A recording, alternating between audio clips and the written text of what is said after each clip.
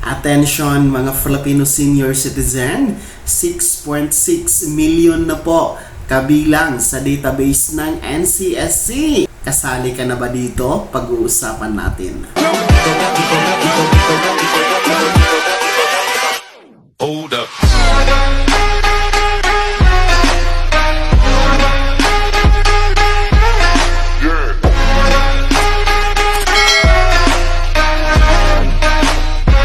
Hello mga ka-vlogs! Welcome dito sa aking YouTube channel. Magandang araw po sa lahat ng mga manonood. Saan po kayong dako sa mundo? Kumusta mga ka-vlogs? Ang mga senior citizen, nasa 6.6 million na po ang total registrant sa database ng NCSC as to date, September 21. Mamaya-maya pag-uusapan natin. Baka hindi pa kayo naka-register, paano nga ba? Pero bago ang lahat, kung bago ka pa lang dito sa aking YouTube channel o di kaya hindi ka pa nakasubscribe, abay click nyo muna ang ating subscribe button na nasa baba. Huwag nyo kalimutan na pindutin ang notification bell. Ilagay nyo po sa all para naman updated ka sa lahat ng mga videos na i-upload ko. Ayan po mga Filipino senior citizen, nasa 6.6 million na po ang total registrants dyan sa database ng NCSC. Ang NCSC po, or National Commission of Senior Citizen Affairs, ay hinihimok at nananawagan sa lahat ng mga Filipino na ating mga lolo at lola, no, basta 60 years old pataas, na magparehistro na sa kanilang database sapagkat ang NCSC po ang mamamahala na ng mga benepisyo at programa para sa mga senior citizen, kabilang po ang social pension, the universal social pension kung magiging batas, mga ayuda, no, mga iba pang benepisyo at discounts na para sa mga senior citizen, no, dahil mula DSWD ay ililipat na nga ito sa NCSC para ang NCSC na lang talaga ang tututok, no, sa mga programa at kapakanan, benepisyo ng ating mga lolo at lola. Kaya mahalaga po talaga na meron na kayong registered na po kayo sa database ng NCSC. Para po sa mga hindi pa nakarehistro, kasi kalahati pa lang tayo, no? 6.6 million out of 12 million na target na senior citizen na ipaparehistro dyan sa database. Wala kasi itong pili mga kabalags, no? May pensyon or wala, mayaman o mahirap, no? Indigent or hindi, ay kailangan po talaga, no, tinatawagan na magparehistro sa database ng NCSC. So, sa mga hindi pa po nakarehistro, ang website po, puntahan nyo lamang ang kanilang website ng NCSC, no? I-type nyo po sa inyong Google ang www.ncsc.gov.ph www.ncsc.gov.ph. So, dyan sa screen nyo po, no, makikita nyo sa inyong screen ang portal, no, ang website ng NCSC database mga ka-vlogs. Sa mga hindi po marunong magrehistro online, hindi marunong gumamit ng cellphone, laptop, or computer, ayan, pa-assist po kayo, makisuyo kayo na magpatulong sa inyong mga miyembro sa pamilya, yung mga anak ninyo, apo ninyo, no, or mga kakilala ninyo na marunong po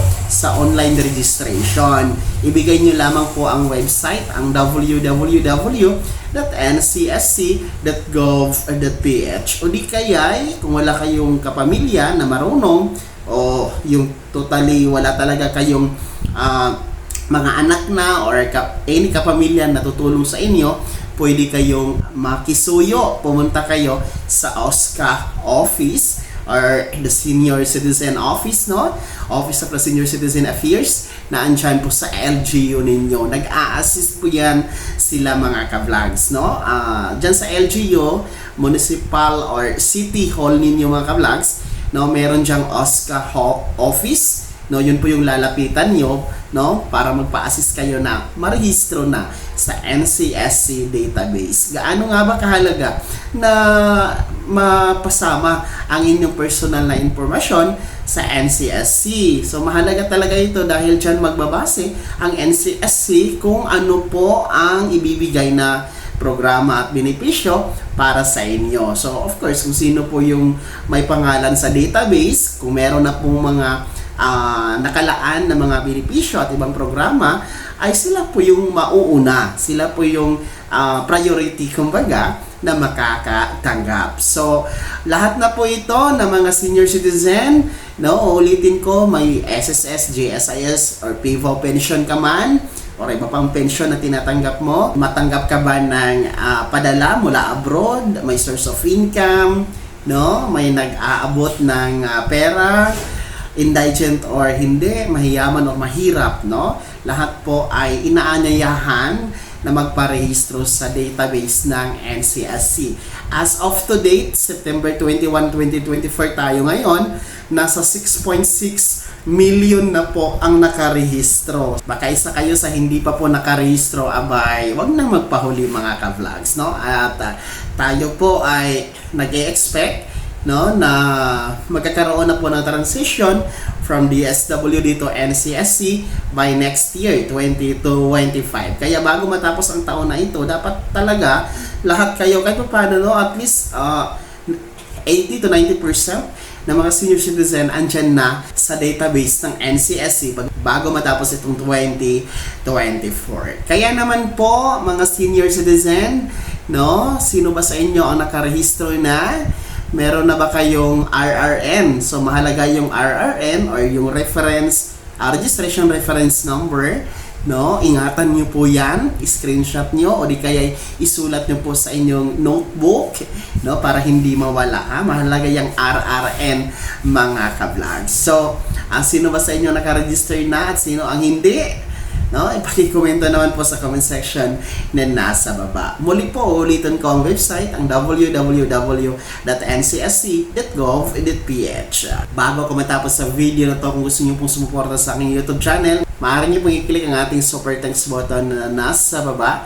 Sa mga gusto maging miyembro, pwede po i-click ang ating join button. Maraming perks dyan, mga ka-vlogs.